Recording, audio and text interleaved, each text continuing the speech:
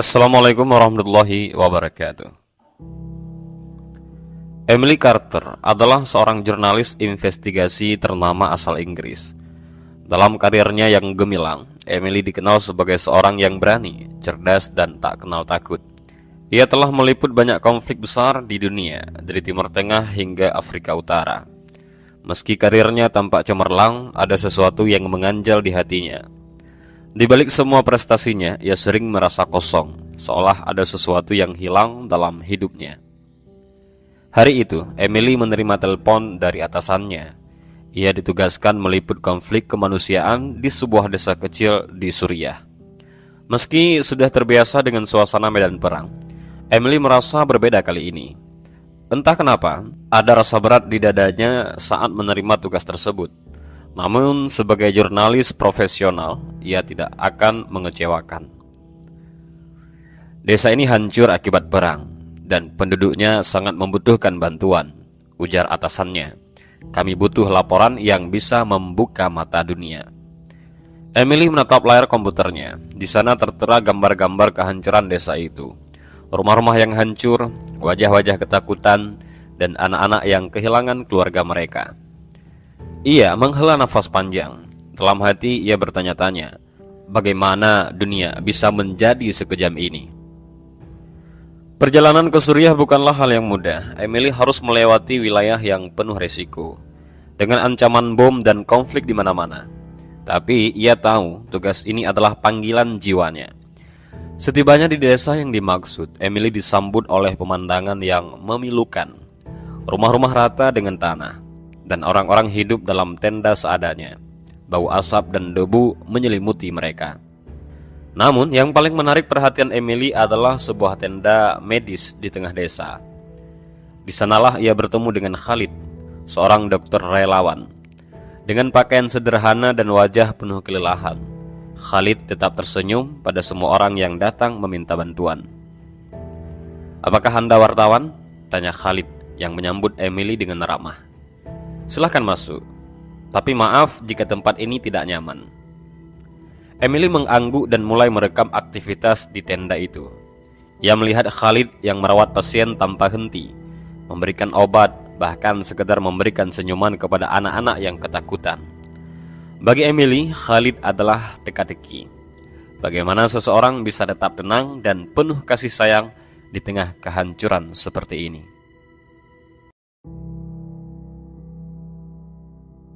Hari-hari pertama Emily di desa itu terasa berat. Setiap kali ia keluar untuk meliput, yang ia temui hanyalah kesedihan dan keputusasaan. Namun di tengah semuanya, Khalid dan para relawan lainnya tampak seperti cahaya kecil yang terus bersinar.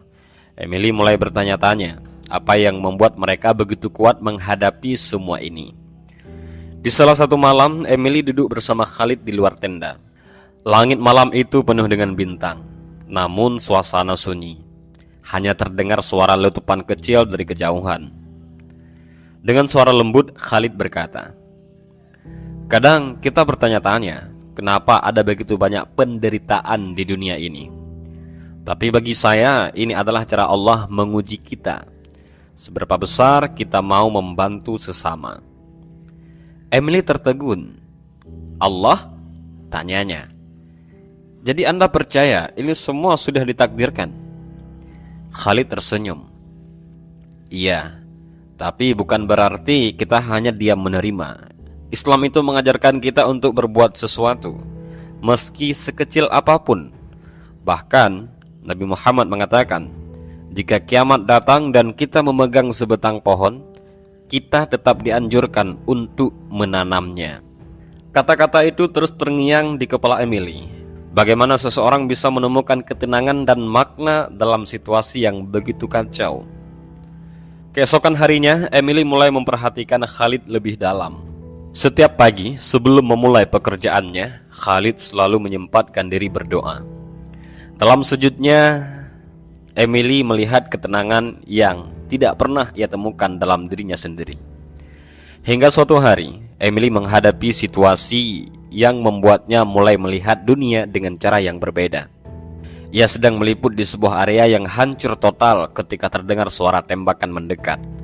Dengan tergesa-gesa, Emily dan timnya mencari perlindungan di sebuah gedung tua. Situasi menjadi semakin mencekam saat gedung itu mulai berguncang akibat ledakan bom di luar. Di tengah ketakutan itu, Emily melihat Khalid yang tetap tenang. Ia melantunkan doa dengan suara pelan, seolah percaya bahwa semuanya ada dalam kuasa Tuhan. Ketika Emily menatapnya, ia merasa ada kedamaian yang mengalir dari doa itu. Seolah-olah ketenangan Khalid menular padanya. Untuk pertama kalinya, Emily merasa ingin tahu lebih banyak tentang apa yang membuat Khalid begitu tenang. Ia memutuskan untuk bertanya, apa yang sebenarnya Anda baca dalam doa itu? Khalid menjawab dengan senyum, doa ini bukan hanya tentang meminta keselamatan. Ini tentang menyerahkan semuanya kepada Allah. Dalam Islam, kami diajarkan untuk berusaha, tapi pada akhirnya semuanya ada dalam kendalinya.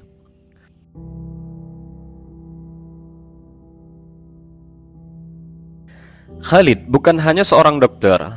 Di mata Emily, ia adalah simbol keteguhan dan harapan. Setiap pagi sebelum matahari terbit, Khalid sudah bersiap-siap membantu para korban. Ia memulai harinya dengan sholat dan berdoa dan selalu menyapa orang-orang dengan senyuman. Meskipun wajahnya jelas menunjukkan kelelahan. Bagi Emily, kebiasaan Khalid ini terasa janggal. Bagaimana bisa seseorang bekerja tanpa henti, tanpa mengeluh sedikit pun? Khalid tidak hanya merawat luka fisik para korban, tetapi juga memberikan semangat kepada mereka. Ia sering berkata kepada anak-anak kecil yang kehilangan orang tua mereka, Allah tidak pernah meninggalkan kita, bahkan di tengah kesulitan, Dia selalu bersama kita. Suatu hari, Emily memberanikan diri untuk bertanya, Khalid, Anda tidak lelah melakukan semua ini? Anda tidak takut akan kehilangan nyawa di sini? Khalid menatap Emily dengan tenang. Tentu saja, saya juga manusia biasa, Emily.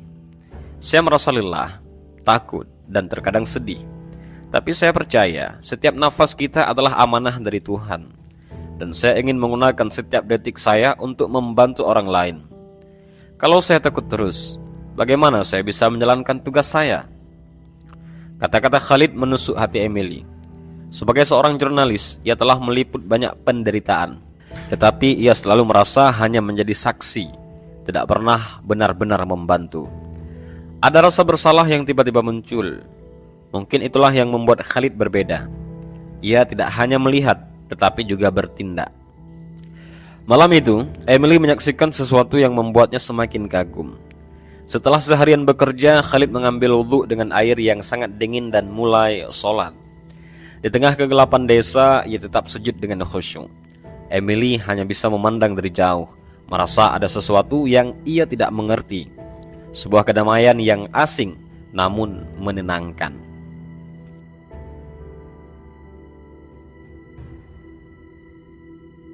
Hari itu adalah salah satu hari terberat bagi Emily.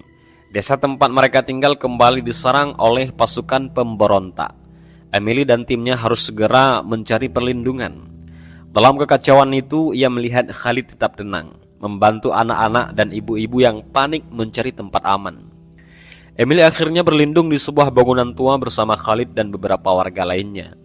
Di dalam kegelapan ruangan, suara ledakan terus terdengar dari kejauhan. Emily merasa sangat takut, tangannya gemetar dan ia tidak bisa berpikir jernih. Namun ketika ia menoleh ke arah Khalid, ia melihat pria itu sedang berdoa dengan khusyuk. Dengan suara yang tenang, Khalid melantunkan doa dalam bahasa Arab, memohon perlindungan kepada Allah. Suara itu begitu menenangkan, seolah-olah memadamkan rasa takut yang membara di hati Emily. Ia tidak mengerti apa yang Khalid katakan, tetapi hatinya terasa lebih ringan. Setelah situasi mereda, Emily mendekati Khalid. Apa yang Anda baca tadi?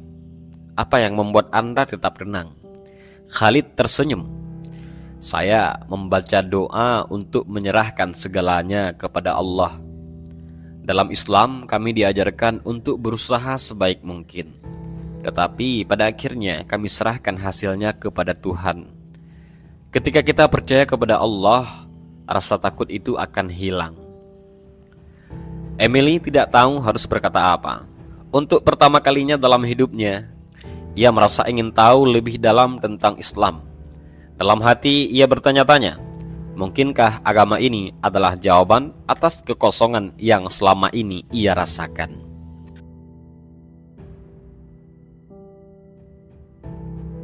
Beberapa hari setelah kejadian itu, Emily memberanikan diri untuk meminta sesuatu yang tak pernah ia bayangkan sebelumnya. Khalid, bolehkah saya melihat Al-Quran yang selalu Anda bawa itu? Khalid tersenyum lebar, senang dengan permintaan Emily. Ia kemudian mengeluarkan Al-Quran kecil dari tasnya dan memberikannya dengan hati-hati. Bacalah dengan tenang, Emily. Al-Quran ini bukan hanya untuk umat Islam. Ini adalah petunjuk hidup bagi siapapun yang mencarinya. Emily memandangi kitab itu dengan penuh rasa penasaran. Dalam perjalanannya kembali ke tenda, ia mulai membuka halaman pertama dan membaca terjemahannya. Ayat-ayatnya terasa begitu indah, namun juga penuh makna. Salah satu yang paling menarik hatinya adalah ayat yang berbunyi, Qul ya ibadiyalladzina asrafu ala anfusihim la taqnatu min rahmatillah innallaha yaghfirudz dzunuba jami'a innahu huwal ghafurur rahim.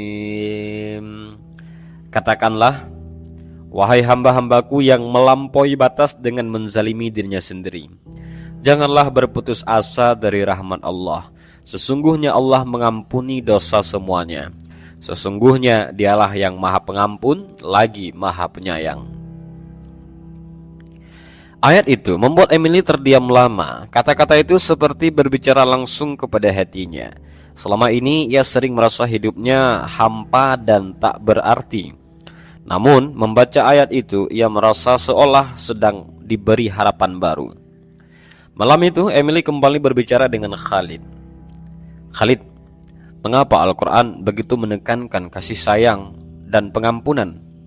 Khalid menjawab, karena Allah menciptakan kita bukan untuk sempurna, tetapi untuk terus berusaha menjadi lebih baik.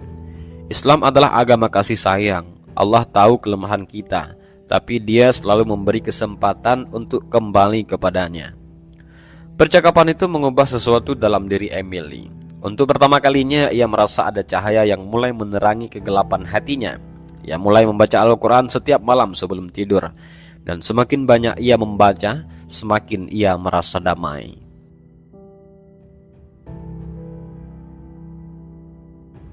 Setelah kembali ke Inggris, Emily membawa serta Al-Quran kecil yang dipinjamkan Khalid. Ia tidak bisa melupakan pengalaman di Suriah.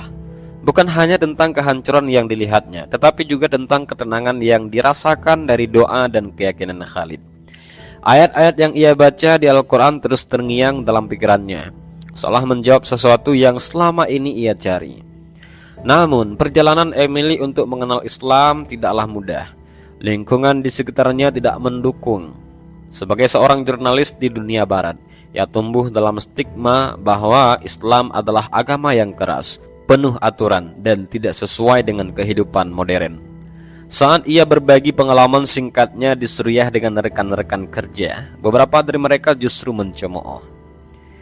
"Jangan terlalu terpengaruh, Emily," ujar salah satu koleganya. "Islam bukan untuk kita. Kau tahu sendiri bagaimana mereka memperlakukan wanita." Komentar itu membuat Emily bingung. Ia telah menyaksikan sendiri tentang Khalid dan komunitas muslim yang penuh kasih sayang di Suriah. Sangat berbeda dari apa yang sering diberitakan. Di tengah kebingungannya, ia memutuskan untuk mencari tahu lebih banyak. Ia membaca buku-buku tentang Islam, menonton video ceramah, dan bahkan diam-diam mengikuti diskusi daring tentang agama tersebut. Namun semakin ia banyak belajar, semakin banyak pertanyaan yang muncul di benaknya. Mengapa Islam begitu berfokus kepada Allah? Bagaimana Islam memandang kehidupan manusia? Apa sebenarnya tujuan dari segala ibadah itu? Pertanyaan-pertanyaan itu terus menghantui pikirannya, membuat ia merasa harus mencari jawaban lebih dalam. Suatu hari, Emily memutuskan untuk mengunjungi masjid lokal di kotanya. Dengan ragu, ia melangkah masuk ke dalam bangunan itu. Ia disambut oleh seorang wanita muslimah bernama Aminah, yang langsung menyadari keraguannya. "Jangan khawatir," kata Aminah dengan senyuman lembut. "Masjid adalah rumah bagi siapa saja yang ingin mendekat kepada Allah, tidak peduli dari mana mereka berasal." Emily merasa lega. Ia menghabiskan waktu berjam-jam berbicara dengan Aminah, yang dengan sabar menjawab semua pertanyaan. Dari percakapan itu, Emily mulai memahami bahwa Islam bukan hanya tentang aturan, tetapi juga tentang hubungan langsung antara manusia dengan Tuhan. Malam itu, Emily merasa hatinya semakin terbuka. Ia belum siap membuat keputusan besar, tetapi ia tahu bahwa ia sedang berada di jalur yang benar.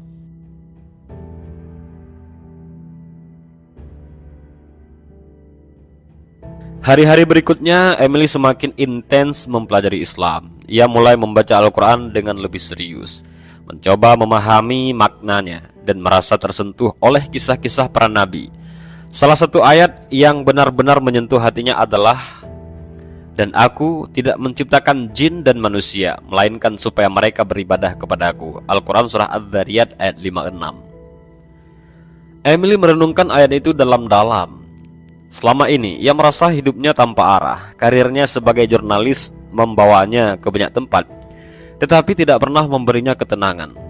Namun, dalam Islam, ia menemukan makna baru, bahwa tujuan hidup adalah beribadah kepada Tuhan, tidak hanya melalui doa dan sholat, tetapi juga melalui kebaikan kepada sesama manusia. Ia terus mengunjungi masjid dan menghadiri kelas-kelas agama. Setiap kali ia mendengar ceramah atau membaca Al-Quran, hatinya terasa semakin tenang. Perlahan-lahan ia mulai memahami bahwa Islam adalah tentang menyerahkan diri kepada Allah dengan penuh keikhlasan. Dalam proses itu, ia merasa menemukan dirinya yang sebenarnya. Pada suatu malam, Emily berbicara dengan Aminah tentang pergulatan batinnya. "Aku merasa Islam memberiku kedamaian, tapi aku takut. Aku takut akan reaksi orang-orang di sekitarku. Bagaimana jika mereka tidak bisa menerimaku?" Aminah memegang tangan Emily dengan lembut. "Hidayah adalah anugerah dari Allah, Emily. Jika hatimu merasa damai, jangan takut. Orang-orang mungkin menilai, tetapi yang paling penting adalah hubunganmu dengan Allah." Kata-kata itu memberikan keberanian kepada Emily. Ia menghabiskan malam itu dengan berdoa. Meskipun ia belum sepenuhnya memahami doa dalam Islam, ia hanya berkata kepada Tuhan, "Jika ini jalanku, tunjukkanlah aku kebenaran dan kuatkanlah hatiku." Pagi harinya, Emily merasa hatinya semakin mantap. Ia bertemu dengan Aminah dan berkata dengan tegas, "Aku ingin mengucapkan syahadat." Di hadapan Aminah dan beberapa wanita muslim lainnya, Emily mengucapkan 2 kalimat syahadat dengan air mata yang mengalir. "Aku bersaksi bahwa tidak ada Tuhan selain Allah, dan aku bersaksi bahwa Muhammad adalah utusan Allah." Sejak saat itu, Emily memilih nama Aisyah sebagai identitas barunya. Bagi Aisyah, keputusan ini bukan hanya tentang memeluk agama baru, tetapi juga tentang menemukan kedamaian yang sejati di dalam hidupnya.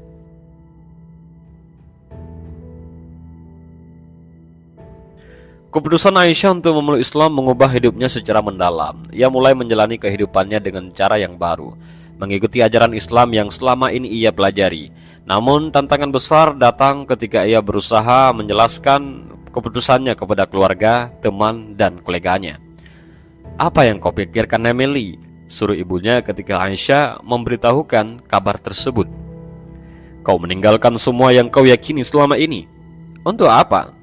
Aisyah berusaha menjelaskan dengan tenang. "Ini bukan tentang meninggalkan apapun, Bu. Ini tentang menemukan sesuatu yang selama ini hilang dalam hidupku. Aku merasa damai sekarang, sesuatu yang belum pernah kurasakan sebelumnya." Namun, reaksi dari lingkungan profesionalnya jauh lebih keras. Beberapa koleganya mulai menjauh, dan bosnya mempertanyakan kemampuannya untuk tetap objektif sebagai jurnalis. Tantangan itu berat, tapi Aisyah tetap tegar. Ia percaya bahwa keputusannya adalah jalan yang benar. Meskipun sulit, Aisyah menemukan dukungan dari komunitas muslim lokal. Mereka membantu membimbingnya dalam mempelajari Islam lebih mendalam dan menguatkannya untuk menghadapi kritik. Setiap kali ia merasa lelah, ia mengingat doa-doa yang Khalid lantunkan di tengah perang dan bagaimana ketenangan itu kini menjadi miliknya juga.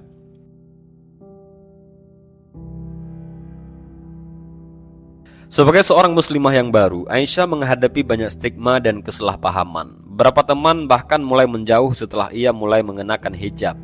Namun, ia memilih untuk melihat semua ini sebagai ujian dari Allah. Salah satu momen yang paling berat adalah ketika ia menerima pesan anonim melalui email yang berisi ancaman dan hinaan. "Kau tidak pantas menjadi jurnalis lagi," tulis salah satu pesan. "Islam bukan untuk orang seperti kita." Namun Aisyah tidak membiarkan dirinya terpuruk. Ia mulai menulis artikel tentang pengalamannya, menjelaskan bagaimana ia menemukan Islam dan bagaimana agama ini justru mengajarkan kedamaian.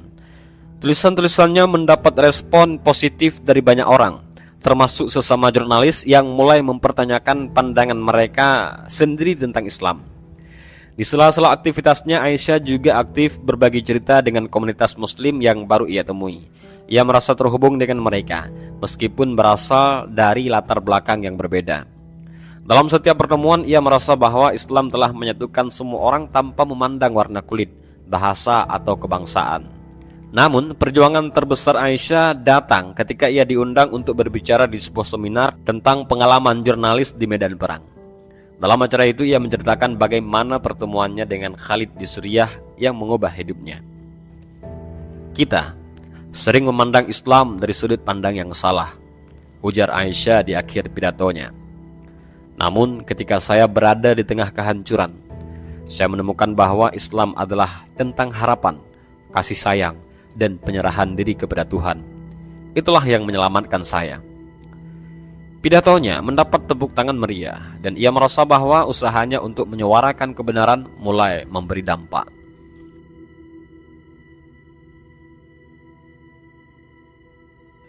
Aisyah memutuskan untuk menggunakan keahliannya sebagai jurnalis untuk menyuarakan Islam dengan cara yang positif. Ia mulai membuat dokumenter pendek yang menceritakan kisah-kisah inspiratif tentang Muslim di seluruh dunia. Salah satu proyeknya yang paling berkesan adalah perjalanan kembali ke Suriah untuk mencari Khalid. Di Suriah, Aisyah mendapati bahwa Khalid masih melanjutkan pekerjaannya sebagai relawan medis. Pertemuan mereka penuh haru. Khalid terkejut melihat bagaimana Aisyah telah berubah dan bagaimana Islam telah mengubah hidupnya. "Aku hanya membimbingmu pada langkah pertama," ujar Khalid. "Allah yang membimbingmu pada sisanya." Aisyah menghabiskan beberapa minggu di Suriah, merekam kisah para relawan muslim yang bekerja tanpa pamrih. Ia ingin dunia melihat bahwa Islam adalah tentang cinta dan kepedulian, bukan tentang kekerasan yang seperti sering diberitakan. Sekembalinya ke Inggris, dokumenter itu dirilis dan mendapat banyak perhatian. Banyak orang yang terinspirasi oleh kisah Aisyah dan para relawan muslim. Perlahan tapi pasti, Aisyah menjadi suara yang kuat untuk kebenaran tentang Islam, menyampaikan pesan damai melalui pekerjaannya sebagai jurnalis. Dan kini Aisyah tidak lagi merasakan kosong seperti dulu.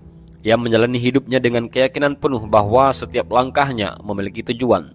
Ia menemukan kedamaian dalam hubungannya dengan Allah, dan ia menggunakan hidupnya untuk menyebarkan cahaya Islam kepada dunia. Di akhir setiap malam, Aisyah selalu teringat akan kata-kata Khalid di tengah perang. Islam adalah tentang berusaha sebaik mungkin dan menyerahkan hasilnya kepada Tuhan. Kalimat itu kini menjadi prinsip yang ia pegang erat dalam setiap langkah hidupnya. Dan itulah sedikit kisah tentang Emily. Demikian video ini, mudah-mudahan bermanfaat. Allahu a'lam bishawab. Assalamualaikum warahmatullahi wabarakatuh.